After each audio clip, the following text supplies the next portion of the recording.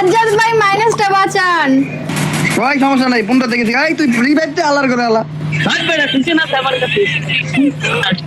তোকে লাগবো কে রিভাইভ দিতে? দেখো, বাংলাদেশে এমন কোনো মানুষ নাই যে যারা গেমিংকে চেনে না, কারণ যারা গেমিং এর ভিডিও দেখে মানুষ প্রাচীনকাল থেকেই মারে না, মানে ফ্রি ফায়ারের এনিমি। বলেন কি?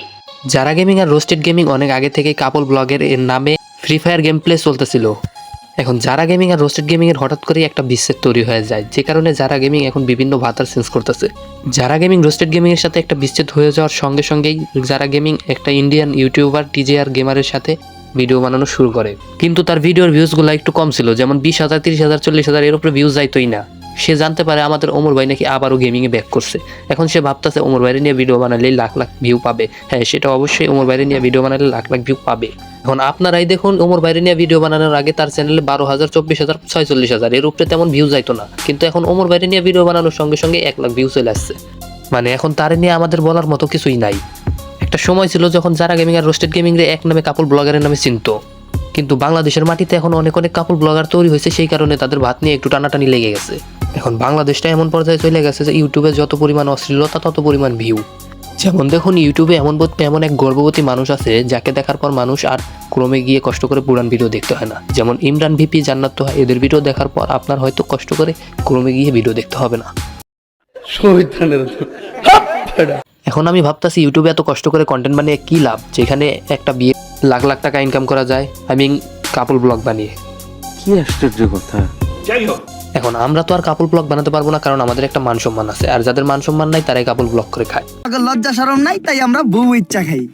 যেহেতু আমি যারা গেমিং রে নিয়ে আজকে কথা বলতে আইছি, সেহেতু আমি অন্য কাপল ব্লগারদের নিয়ে কথা বলবো না। যারা গেমিং ভাইরাল হয়েছিল শুধুমাত্র রোস্টিং গেমিং এর জন্য। রোস্টিং গেমিং এর আই লাভ ইউ ভিডিওর মাধ্যমে এরা দুজন ভাইরাল হয়, আর ভাইরাল হওয়ার সঙ্গে সঙ্গে এদের অশ্লীলতামূলক ভিডিও বানানো শুরু করে। এখন যে যারা গেমিং এর 2 মিলিয়নের একটা ইউটিউব চ্যানেল শুধুমাত্র রোস্টিং গেমিং এর জন্যই হয়, আর রোস্টিং গেমিং যদি এত পরিমাণ সাপোর্ট না করতো, কখনোই যারা গেমিং এই পর্যায়ে আসতে পারতো না।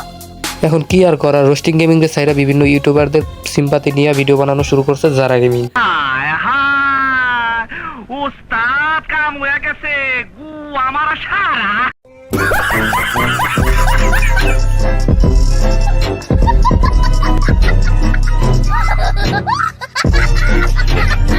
এখন দেখ, রোস্টিং গেমিং এর কষ্টটা আর কেউ না বুঝুক, আমি বুঝতে পারতেছি। মেয়েরা এমনই হয়, তুমি যারে তাল গাছে ওঠানো শেখাবে সেই একদিন তোমাকে তাল গাছ থেকে ছুঁড়ে ফেলে দেবে।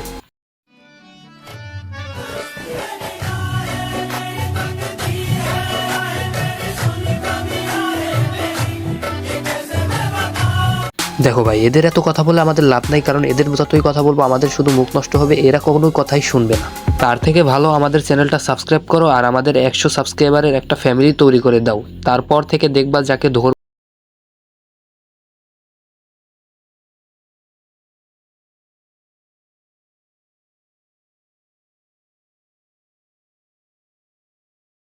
অনেক ছোট্ট একটা ইউটিউব চ্যানেল, সেই কারণে মানুষ আমাদের তেমন ভাবে নিতেছে না, আর আমাদের রোস্টিং ভিডিও তেমন তাদের কাছে ভালো লাগতেছে না। তাই আমাদের চ্যানেলটা সাবস্ক্রাইব করো আর ভিডিওতে অবশ্যই একটা লাইক করে দিও। তোমাদের সাথে দেখা হচ্ছে নতুন আরেকটি রোস্টিং ভিডিও নিয়ে। সেই পর্যন্ত তোমরা সুস্থ থাকো আর আমাদের জন্য দোয়া করো। এই ভিডিওটা দেখার জন্য অবশ্যই তোমাদের ধন্যবাদ।